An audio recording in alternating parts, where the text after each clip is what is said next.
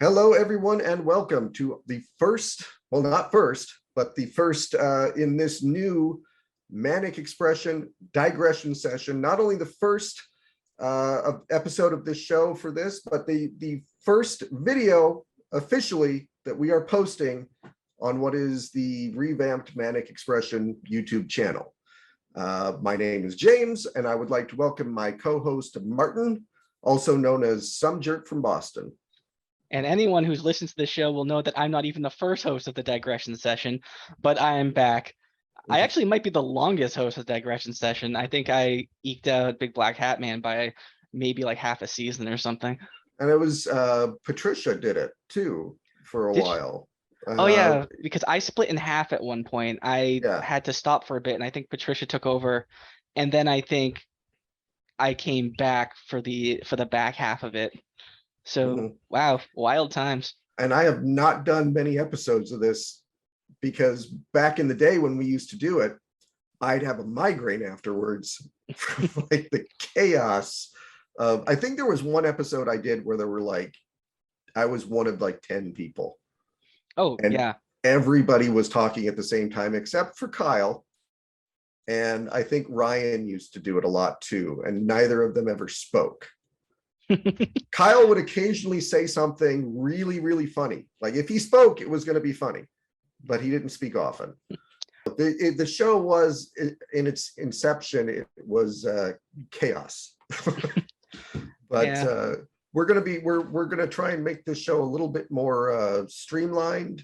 We're going to have some topics that we picked out beforehand. This will be once a month to start. If people like it, maybe we'll do every other week. We'll see how it goes. This whole Manic Expression channel is a little bit of an experiment to see if we can pull it off this time by actually, well, I'll get to that. I think, first of all, for the people who maybe don't really know us, we should maybe just tell them who we are. And I will let you go first, sir. Absolutely. So I started way back. Let's go back to the height of like all of the aggregated sites, pretty much the internet that most people think fondly of, which is around 2012. Now, in 2011, I was actually in a car accident. So yeah, let's start this on a tragedy. Let's just make sure that everyone knows absolutely how people get sucked into this cult. Because we're a cult, right? We settled on that? Oh yeah, absolutely. Okay. So there I am. I'm in recovery, and I'm in a I'm Vlad. Thank you. I was in a very bad place. And I'm trying to do something. I wanted to be like all of these creators that were making content off of stuff that I was literally doing like 10 years ago with my friends. Like everything, I feel like I'm behind on everything. Back when I was like 9, I was doing fake radio shows, and then podcasts became a thing. You know, we record like stupid little videos of like movie reviews, and I did something like that in high school around 2001, 2002 of these movie reviews. And sure enough, 10 years after that, it takes off. So here I am behind the curve, and like, well, I'm 27. I have the ability, because I have a job, so I can buy stuff, and I'm still young enough where I'm not actually spending it on anything but stupid shit. So I have the ability to do it. So I wanted to get into it, but I was still having a hard time finding the motivations. Plus, I was on a lot of drugs. And so I forget who it was, but they said, hey, there's this site called Manic Expression. We don't, we're willing to take in anybody who's willing to be creative. And I said, sign me up. I need something to think about. So I jumped on board, and actually we clicked like pretty much right away. It was kind of funny. People were thinking about this like that guy with the glasses, or Screw Attack, or Rooster Teeth at the time, where you had this higher echelon, and like you had these different levels and clicks. And the funny thing is, it kind of felt like people thought that way. And then I just sent you an email just like, hey dude, how's it going? Like, yeah, fine. How you doing? I was like, oh no, I think people just have a bigger idea of who we are than anything. Yeah, and I don't remember how it got started. There was that running joke that I hated you. And I don't remember how, like everybody, like I liked everybody. I was friendly to everybody. But for some reason, we played it up that I didn't like you. And we did that in a few different, I know at least in one of the 100 member specials, like you show up like for the special at the end, I'd close the door in your face. And yeah, we played that up a bit. I don't remember why. But there was some sort of a rumor or something that I didn't like you. You were the one person I didn't like. Which was funny because you were writing the animated movie yeah, at the that's time. true. I also came on to do the movie, and I think that might have been like where I emailed just like, hey, I can help. I've written screenplays. You're like, holy shit, somebody who's written a screenplay. No, well, what you said was, I remember because I had sent out I made like a video, like a little pitch video to the specific people that were going to be in it. And I sent that out. I made sure that everybody was on board. And then I made the announcement that we were going to do it. And you emailed me and you said, let me do this. You'll fuck it up. That sounds like me. That's what you said to me. And I was like, no, yeah, that sounds right. Man, that edgelord from the early 2010s, man, there's still some things that I look back and go, why? Oh no. There's just to call myself out on this and to make sure that nobody does this in the future. I did cultural appropriation and it was wrong for a Christmas video. When everyone was doing the Christmas shit and I dressed in a dashiki and wished everyone a happy Kwanzaa in the straightest face possible. Mm-hmm. And there was like I think I only got away with it because that was the edgelord times.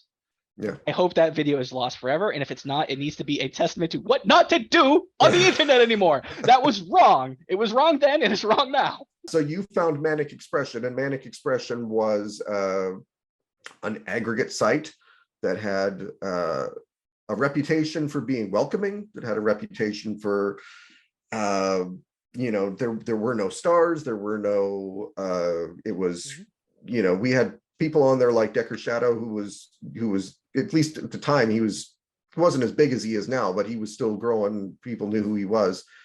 And then we had people who would just write blogs, and and everybody would sort of comment on everybody's stuff, and everybody collaborated, and it was great for 5 years. We're at year 10 now. I know. It's just the way of the world, right? I mean, that's the thing that I guess we should explain is that this is sort of for years now.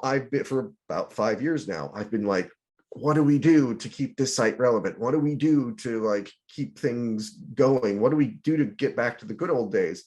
And I had this epiphany a couple months ago where it's like, that's gone. That's gone. Like, you gotta let it go, and you gotta think about what is another way of doing this. And that was to embrace YouTube. As much as like I'm not the biggest fan of the way YouTube runs things. In fact, you wrote a screenplay based on my idea about how Google is an evil empire that crushes people. Dude, I don't want to brag too much, but that screenplay was a little bit more ahead of its time than I think we even realized, to the point where most of my jokes are now in other movies and the concepts are now passé. Yeah, I mean, the movie, when it comes out, and to everybody who has been following it, it is in active development. It is being animated. All the audio is recorded, but we had a grand total of $12,000 to spend, and so we have one animator who is working under insane conditions trying to get this thing done. But he is working, and we appreciate him and all of the hard work that he does. I founded Manic Expression completely on accident. It was not something I intended to do. I was blogging over at That Guy with the Glasses, and at this point I've told that story. I'm not going to get too much into it because I got shit for it when I told the story of how like I left that place and came over and founded Manic Expression. But yeah, I left in a huff from That Guy with the Glasses, and at the time, Megan Wessels, who is also on this channel, the fanfic critic, she was running a site called The Net Dwellers, which was sort of on its last leg. And I went to her and I said, you know what, I'm just not going to post on that guy with glasses anymore. I don't know what to do anymore. Whatever. And suddenly she sends me a link and I click on it, and it's this most basic ass website, manic-expression.com. No, it was manicexpression.webs.com, because we were on webs at the time, which I don't even know if that still exists or not. But I was like, all right, I guess I'm doing this. And I really didn't think anything would come of it. I really didn't think it would last more than like a couple months. And it's 10 years later. And even when we, a couple of years ago, the site went down. There was like this mix up with the people who were, that's my cat feeder. Kyle, cut this out. Kyle, leave this in. About 2 years ago, there was a mix up with the people who were hosting the site, which we had paid money to have custom designed. And they deleted the entire site. And so I really thought, all right, we're done. That's the end of it. And nobody would let me let it go. Like I literally like posted on Facebook, like Manic Expression 2012 to 2020. And I was just like, I'll chalk this up to 2020. It's just the latest disaster this year. But nobody would let me let it go. Even the people who didn't post there anymore. They're like, no. You can't, it's gotta stay. You got to bring it back. You got to, whatever you got to do. And we did, and it still gets traffic. It still gets like 2 or 3 posts a day, but nobody really comments on anybody else's stuff. And every time I have to make, like when I did the 10-year anniversary video, there had to be that part where I said, we're not what we were, and the good old days are kind of gone. And so there was something somber about that. The website exists for anybody who wants to use it. This is it's almost like a separate entity. I view it as like the evolution of what Manic Expression can be. Yeah, and I mean, we all change who we are over time. Keep in mind, like you said, 10 years have gone by. Where were we back then? I was in my late 20s, still fucking around. Most of the people I was talking to were either in college. I think some maybe were straight out of high school. Young people. In where I've come from is now I was kind of messing around with the data management thing back then. And because it was just a thing, I was like, you know what? I'm going to write that script. I'm going to get out there. I'm going to be in Hollywood. I'm going to make my first million by 32 years old. Yeah. Yeah, no. So what I did is I fucking focused on a career. It turns out I was good at it. Most bullshit thing is that anyone there who wants to go into clinical data management, if you know how to run D&D, you can do my job. It's like a little pro tip. And it makes okay money, it's not crazy, but that's where I am. I have to think about these things now. I have a wife, I have a dog and a cat, and I pay a mortgage now, not rent. Yeah. It's fucking bananas. I'm an adult, and yet in here, I'm still that asshole who's playing video games for like 20 hours a day. Yeah, and it's the same thing here. It's like when I started Manic Expression, I had kids. Now I have a grandkid, and I'm middle-aged now. It was that thing where for years everybody was saying to me, you're middle-aged, And I was like, technically middle-aged is not until you're 41. Yeah, I'm 42 now. And yeah, you do have to start thinking about like, okay, am I going to just keep fucking around? Or is there a path forward, like where this is a career? But at the same time, like I have a literary agent, which is this huge thing. But I got my agent in May of 2020. I tried for years to get an agent, and I got one right when society fell apart. So it's always the way it goes. Yeah. And it's like, she's she's shopping around my book, but the literary world is just completely upside down, like every other industry is right now. And it's still kind of trying to figure itself out. So, I don't like sitting on my ass. I don't like sitting around and waiting for other people to do things. And, I had this second novel that I wrote and I sent it to her and I was like, what do you think of this? And she's like, I don't like it. One of the people who gave me some advice that led to me deciding to do the channel and everything. And I don't want to, it's like, hopefully this doesn't start a feud, but like I found this YouTuber, found a YouTuber whose name I'm not going to mention. I watched a video of his where he's like talking about movies, but he just sort of offhandedly mentions that, he's a writer and he decided to go outside of the sort of traditional publishing world in order to get his book published. And I heard that and I was like, I'm gonna ask this guy for advice, because I the kind of thing that I usually do, I cold call people. Back in the day, I talked to Willem Dafoe's agent about being in a movie that I was making for no money. And somebody said to me, he's like, like, oh, how did you manage that? I was like, I just found the guy's phone number and called him. Which, by the way, he was going to do it, and then everything fell apart for other reasons. But yeah, this guy gave me some advice, and he just said, look, the publishing world is kind of dead. Like it says, they keep it alive with the back catalogs of older authors and some, his quote, creative accounting. And that's how they keep it alive. And he said, if you want to go the self-publishing route, he said, I've had success that way, but you got to be prepared to do everything yourself, including promoting it. And I was like, all right, well, if I promote it, I mean, he's doing it through having a YouTube channel. I've got a YouTube channel, and I wasn't even making videos anymore because I was tired of being buried by the algorithm. And like I kept seeing my viewer or my subscription count getting bigger and my views getting smaller. And it's like people would tell me, I didn't even know you put out a video, because I'm subscribed to you and I'm just not even seeing it.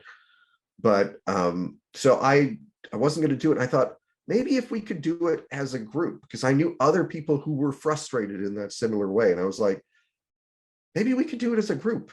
And like, if we do it smarter, if we look at it as a business venture, instead of looking at it as we're a bunch of friends who are all like putting on a show, Because the funny thing is, for the other sites that did do that, that was just the perception. Mm-hmm. That wasn't the truth of what we were seeing. We projected that onto them because that's what they wanted us to see, and that's why we kept going back to it. And I'm not just talking about the regular meltdowns that anybody from the 2012, 13 remembers, but most of the sites started to fold because that's kind of what it, and we're still seeing it now with something like The Escapist. You only have a couple of voices who ever really made money, and everyone thought that everyone was friends. It's like, no, they were just there because they had to be. Well, and that's and I know the big one that we would think of would be Channel Awesome. Yeah. And yeah, that was how I came into all of this, was being a fan of them and being so excited, because I thought, this is like the new media. This is the thing I've been waiting for. This is the thing that, is going to change everything, the way they're running it. And it was like, oh, everybody hates each other and everybody is screwing each other out of money, and there's sexual harassment going on. And then even like if even after that, once the aggregate sites fell, you had some of the early YouTubers, Let's Players. A lot of them used to collaborate too, and they are friends and they would help each other grow. And that doesn't really happen anymore now. Hell, my buddy has a Twitch stream and he pulls in decent numbers. We're talking like 20, about 20 a night, I think, at his peak. And he gets onto streams of other bigger YouTubers or Twitch streamers, and it doesn't get him anything. Yeah. It's like if you were either the main focus and you get things done, which means that you probably have to get in early, or you're just kind of along for the ride. And look, we all want to be the main character. We want to be the guy who's suddenly pulling in like $20,000 a month minimum just by streaming and playing video games. And we don't stop to think, well, what does it take to do that? Because I know you're in the middle age, I'm still in my lovely late 30s, You're but the I'm youngster. very tired. Yes. I can't do the amount of things. Keep in mind, all these streamers are streaming for 5 hours a day, and you're like, that's all I have to do? No, because then there's hours and hours of work before and after that, setting up meetings, making sure that you have the equipment, making sure everything's updated, having your schedule put out, making sure that you have content for the next day, queuing it up because some of these are done ahead of time. These are all things that, hell, just running a podcast for 4 years, and not just the Manic Expression one. I had my other one, What Did I Just Watch? That's what I learned. Holy shit, there's so much work, and you can spread it out, but if you want to spread it out, you're going to have to pay people, which means you need to have money. And if you're not pulling in money, then you better hope that you have some really, really good friends willing to do some editing. And my brother would edit for me, and that was about it. I had to do everything else from formatting to guests to getting live shows set up. It is exhausting. And if you're not pulling in money, eventually the burnout is real. And so coming into any project going forward, I'm just here to have fun. I want to be the guest for once. And I think a lot of, we say this a lot when we get started, or it's like, oh, I just want to do it and have fun. But as you grow and as your channel grows, it will become a lot of work. And that's when you have to start making some decisions. And a lot of this podcast, I think, before we'll talk about different things, in different episodes or whatever, but I think there will probably be a lot of like talking about, okay, making movies, writing books, running a YouTube channel, running a website, whatever, doing that, and like the pitfalls of doing it, the ways that it can be rewarding, but the places where you like, I've got now 10 years of looking back and going, oh man, I really should have done this. How much money would I have if I had done this instead of that? And if I had, and you could go, if you expect us to sit here and talk about like, did you see the new trailer for like Black Panther 2? Go somewhere else. Like, I mean, it's gonna happen though. I'm sure at some point we'll like get off on a tangent or something, but like for me, I'm so bored with content like that, of like, it's the new Marvel movie, it's the new Star Wars show, it's the new whatever, and I'm like, who fucking cares? Although to be fair, we have to watch out for our own pitfalls, because right now, any new people coming in, it's like, so young people, do you want to hear about two old guys who are just yelling about all the things they hate? And about how your generation sucks and your music's awful, and neither of which are true at all. And how we don't know anything about, like, I had to find a young person to run the social media stuff, because and she's like, well, what do you want to do on TikTok? I'm like, I don't fucking know. Like, you tell me what we need to do on TikTok. That's what you're doing here. Yeah, when my wife started actually going through the whole TikTok rabbit holes, I was just like, wait, wasn't that like a Chinese spying tool or something?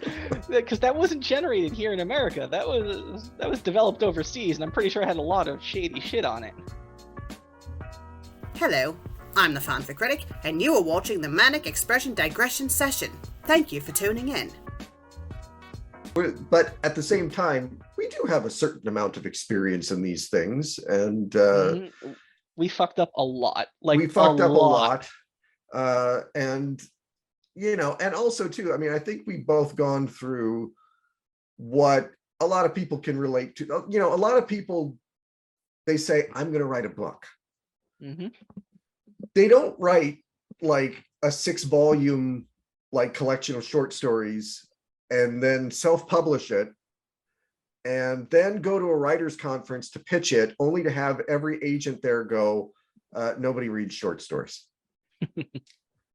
And then, going through the well, what do they want?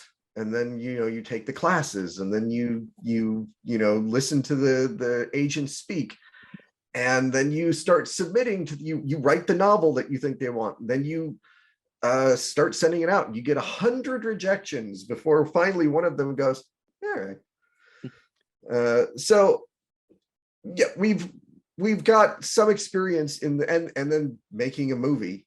I mean, Oh boy. It was just one day I just said to everybody, let's make a movie. And everybody was like, all right. Remember in the beginning, I don't remember if we had decided by the time you came on if it was going to be animated, because there was discussion of it being live You action. guys wanted it to be live action. You wanted it to be a big group get together. Yeah. I came on board and put the kibosh on that and said, fuck no. With the ideas that you guys are throwing around, fuck no. I was the one who was I was, because I had said one or the other, because I knew the most expensive thing and the hardest thing would just be getting everybody together. But I had in mind this sort of really cheap, like early Monty Python looking, really bad sets and everything. And I think I said to you when you came on board, I was like, it can be live action or it could be animated. Which do you want to do? And you were like, you fucking idiot. I should be like animated. We can't do this as a live action movie. No, too many people had too many big ideas, which is fine. That's actually kind of what it needed, were big ideas. And everybody was like hyping it up in your head. I know in your head you had your own thing. In my head I had my own thing, but I was the one who was putting it on paper, so I got to make a couple of calls there. You were the one who said there will be no romance, and there isn't. There wasn't, which at the same, like, I think at the time, I thought that everybody in the cast was around my age, and then I found out that the female characters in it were all like teenagers in actuality. And I was like, oh wow, it probably is a pretty good idea that there wasn't some sort of a romance in this. And it was we can speak to the we had the first animator who ghosted us after we raised the money that he wanted us to raise, and then the second animator who died in a car accident. Which, my God, I don't know how it would have gone if he actually continued to animate. I still have his version of that scene, and every now and again I'll just watch it and be like, oh my God, the pacing of this was brilliant. He knew what it was going to be like, and his art style was great, and the animatic was it's fine, it was an animatic, but who knows, maybe he would have burnt out like everyone else, but I think he might have, because it was, for what in my mind, I always had early Beavis and Butthead in like the sort of rougher animation and his was very Disney like, and that's a lot for one guy to take on. The way that YouTube is set up, I mean, you wrote a script where you basically shit on them, and it was my idea that you write that script where you shit on them. And we have plenty of friends who have been screwed over by YouTube. And a lot of people, like somebody actually said to me just today, because they don't fully know, as of when we're recording this, exactly what we're planning on doing. And they're like, well, so you're going to go back to YouTube? I thought you didn't really like YouTube. I'm like, I don't like YouTube because I want to do things the way that I want to do them. I'm prepared at this point in my life to just go, all right, this is YouTube's sandbox. We gotta play by their rules. Their rules don't make any sense, but let's just play by those rules. No, it's all about how you engage with essentially a younger audience. So I guess, should we get the YouTube clip thumbnail out of the way? Just the well, and like the biggest mistake that I made, and it was sort of made for me because it was my whole persona on Manic Expression was I was the guy who was welcoming everybody. I did my announcement every month, and I was just I think it was Decker who told me, that he messaged me when he joined the site, and he didn't think I would respond. He was like, "Oh, that's the guy that runs it. He's not gonna." Yeah, And that's what a lot of people thought. That's what I said earlier. A lot of people thought that you were the higher echelon untouchable because you ran the site. It would be like every other site. And the mistake that I made was somebody would say, let's make like a crossover movie like that guy with the glasses makes. And I was like, no, that's a bad idea. Let's not do that. And they're like, we're doing it. And then somebody else was like, I've got an idea for a movie too. I want to do an audio drama. I want to do and there's like, it got to a point where there were like 10 fucking projects going on all at the same time. All of them involved like the kind of the bigger people on the site. They all involved Decker, they all involved Creepy, and they all involved Patricia, and eventually it got to the point where people were like, fuck, dude, I got a job. I got like, I got a life, and I've got like a stack of things that I have to do for Manic Expression, and I'm not getting paid for any of those things. And I want to do them because it's fun and you guys are my friends and it's the sort of spirit of the whole thing. But it got to be too much. It was too much for me. Like I wasn't sleeping. I was like staying up all night to kind of catch up on like things that everybody wanted me to do. And eventually it just got to the point where I think a lot of people started dropping off. A lot of people, and it was also just sort of the natural progression of people getting older, people going, the original host of Digression Session, the big black hat man, Mark Nicholson, who's, he ran for office, and he doesn't do his Western show anymore because he's got a wife and he's got like, a home to keep up and a job. And so the older people kind of started dropping off. And then we were already just 5 years old. We were dinosaurs as far as where the technology was. And the younger people weren't interested. Like when we first started up, so many of those people were high school or just out of high school. I'd say the biggest percentage of our members were like 16 to 22. And this was around 2011, 2012. 2012 was when we launched, yeah. And those first 5 years while we were growing and growing and growing. But then by the time like that 5 years was up, the younger kids, they were like, wait, why would I go to this place to post? Like, yeah, especially since YouTube started monetizing around 2015. So people were actually starting to make money and moving off Blip. So you didn't have to have the aggregate anymore. It just didn't make any sense. Not only from a creative standpoint, but just even from a consumer standpoint. Going back to like our original animator, who I won't bring up his name, but he was animating very good little short films and posting them on YouTube, posting them on Manic Expression. And, I'd even appeared in one of them. And I said to him, do you want to make a movie? Do you like, we need an animator and it'd be great to keep this like in the family. And, do you want to do it? He's like, oh, I don't know. I don't know if I could do that. Oh, and he like was freaking out about it. I was like, you tell us what you want.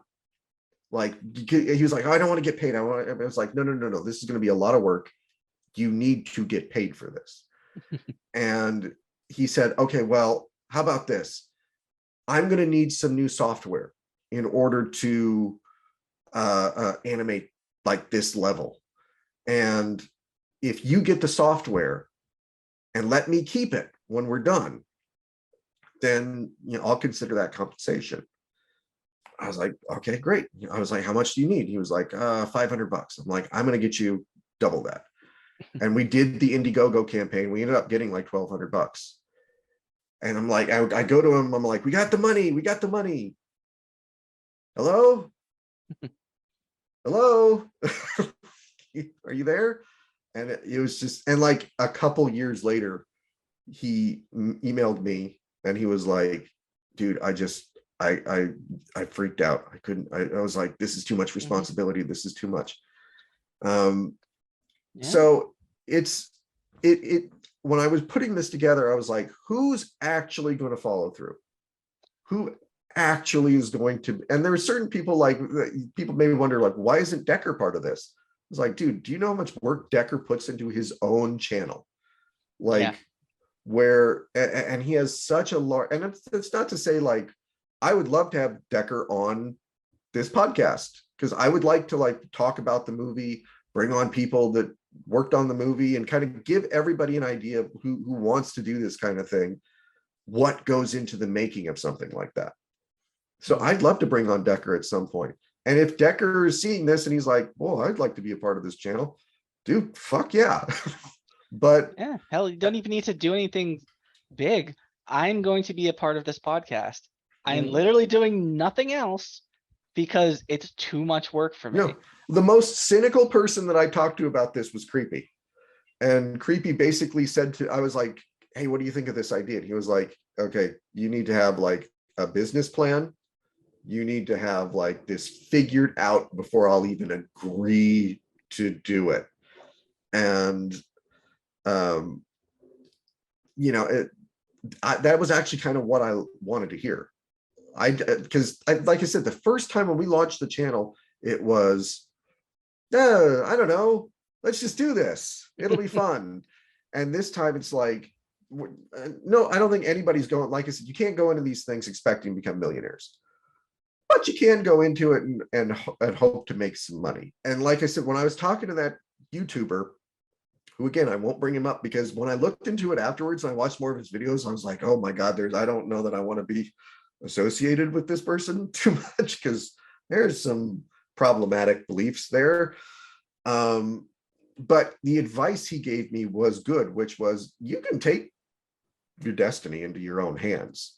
You don't have to, like I said, I've still got my agent. She's still shopping around that first novel, but she didn't want the second novel. So fuck it. Why don't I just do something with it?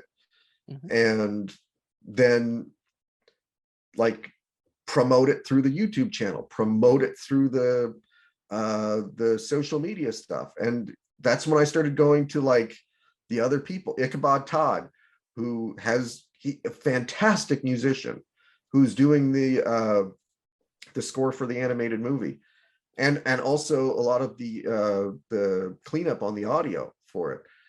And I was like, do you want to be a part of this? He's like, dude, do you mean that I can, like, do this and not have to deal with other people? I won't bring them up because I don't know that he'd want me to deal with other people who are just pissing around and who promise the moon and the stars and then can't deliver, and I could just do this with you guys. Yeah, I'll do that. And I'm Don Wonder, who's got his podcast, and I was like, do you want to be a part of this? He's like, fuck yeah, I'll be a part of this, because I'm so tired of dealing with these other outlets and everything. And it's gonna be, I think that this YouTube channel, it's gonna be a weird mix of stuff.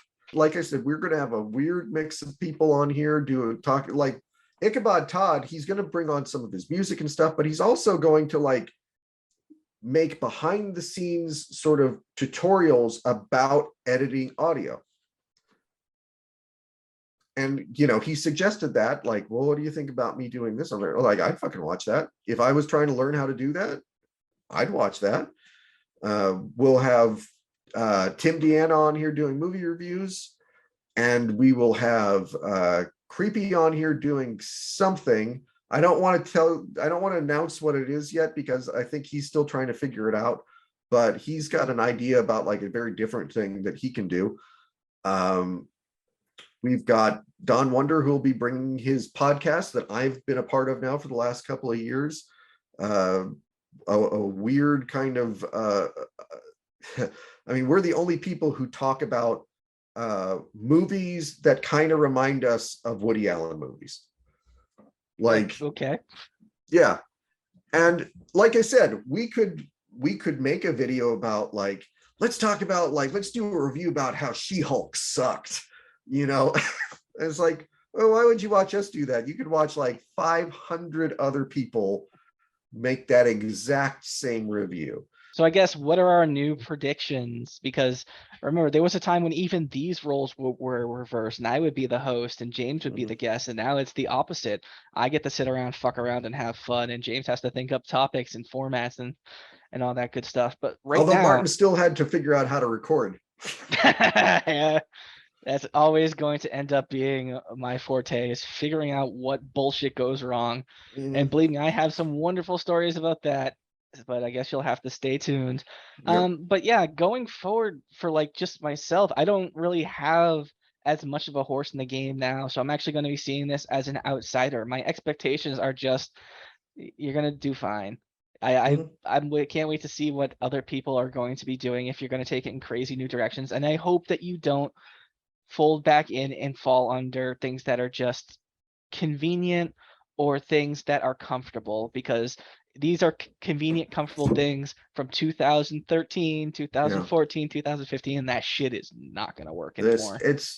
And that's, probably a good place to wrap up for this first episode, is for everybody who kind of is watching this because they grew up on Manic Expression, which is weird for me to say that. So to all 0 people who grew up on Manic Expression, we had fucking people who were like were children when they were watching us make asses of ourselves 10 years ago, and who, they might be saying to themselves, "Oh, does this mean you guys are selling out?" A little bit, kind of. No, we just like SLC Punk, we bought in.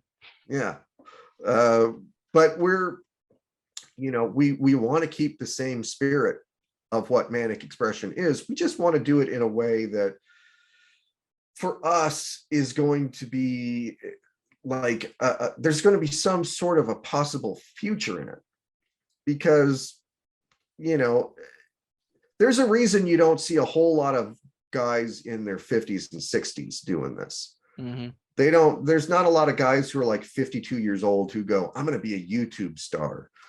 And even those in their 30s are fizzling out now. Yeah.